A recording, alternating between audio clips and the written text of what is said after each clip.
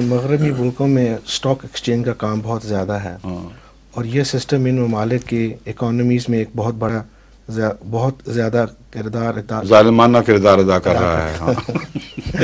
کیا تناس کیا ہوا ہے اس نے. جی جی نہایت ہی ایک شیطانی چیز ہے جس نے جو اقتصادی نظام کو سہارا دینے کی بجائے لوگوں سے آمد و ناس سے پیسہ لوٹنے کا ایک ذریعہ ہے، ایک فراڈ ہے، اور تمام چیزوں میں اعتبار اٹھ گیا ہے.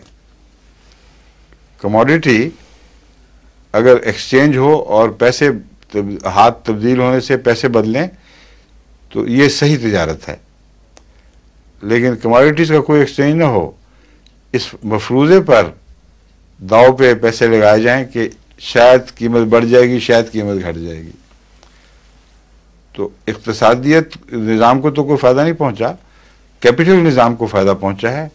چند ہاتھوں میں اس طریقے سے وہ دولت مرتکز ہونے لگ جاتی ہے، اور اکثر عوام الناس مارے ہی جاتے ہیں بیچارے،